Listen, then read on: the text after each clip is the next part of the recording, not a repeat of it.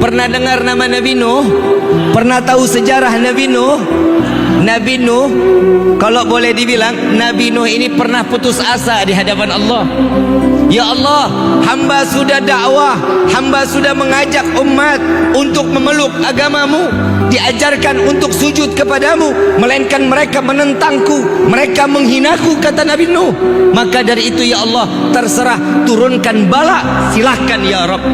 Tuh ditawarin, Allah jawab, udah gak sanggup ya Nuh, udah gak kuat ya Allah, udah gak sanggup lagi ya Allah. Baik, jika engkau menginginkan aku turunkan bencana atau musibah, maka bangunlah perahu, buatlah bahtera, kata Allah. Buat bahtera pakai apa ya Allah? Pakai kayu. Kayunya dari mana ya Allah? Sedangkan di tempatku ini tidak ada kayu. Dikasih bibitnya, dikasih bibit, dikasih bibit, ditanam oleh Nabi Nuh sampai bertumbuh dengan begitu besarnya pohon tersebut.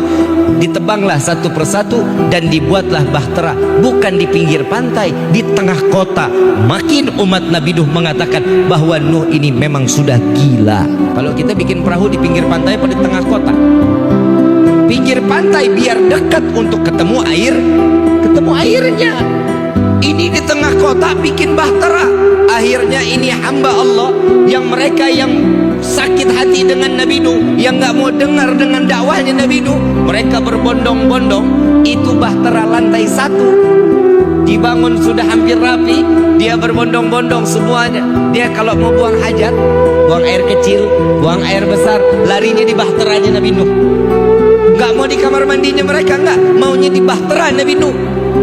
Dan tanpa disadari, saat bahtera lantai pertama selesai, Nabi Nuh mau lanjut lantai kedua, di bahtera lantai pertama ini sudah hampir penuh dengan kotoran manusia. A'udzubillahi. Ujiannya Nabi berat apa enggak? Tapi Allah kasih solusi. Kita ujian baru corona kemarin sudah puyengnya luar biasa.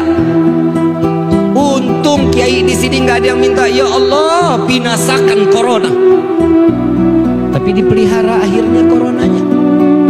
Jadi duit sih, betul kan?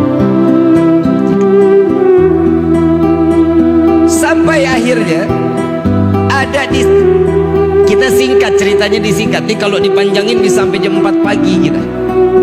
Saat dimana Nabi Nuh ini kotoran sudah penuh, ada satu orang lumpuh, ada satu orang lumpuh keluar dari rumah. Ini kalau model punya tetangga kayak begini kita apain, kita nggak paham ini. Ada satu tetangga lumpuh, bencinya sama Nabi Nuh luar biasa pak, luar biasa bencinya sama Nabi Nuh. Saat-saat lagi di mana dibencinya Nabi Nuh, ini orang lumpuh begitu keluar digotong 3 orang, dipangkul 3 orang, ditanya, Tuhan mau kemana? Saya mau buang air besar, katanya. Mau buang air besar ke tempat bahteranya Nabi Nuh alaihissalatu wassalam. Udah lumpuh ngebenci Nabi. Kita punya tetangga begini nih, kira-kira kita apain ini tetangga? Sumpahin mati pastinya. Tapi Masya Allah Nabi Nuh gak tahu-taunya. Nabi Nuh lagi bingung, setelah ini perahu jadi, saya harus membersihkan bahtera ini daripada kotoran manusia yang sudah menumpuk.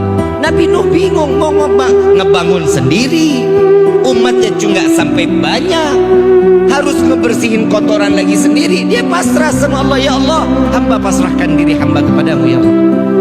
Subhanallah, ini orang lumpuh buang air sampai ke dalam, ditinggal sama yang gendong pegangan tiang. Subhanallah, begitu selesai kepleset pak, kepleset sama kotorannya sendiri, jatuh terbalik, semuanya kotoran manusia dari ujung rambut sampai ujung.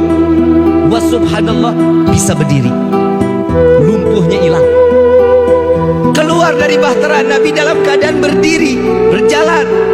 Lalu para yang tadi pemandunya ditanya, Tuhan kok bisa sembuh? Tadi perasaan digendong, kok keluar sekarang jalan? Saya nggak tahu ada apa di dalam ini.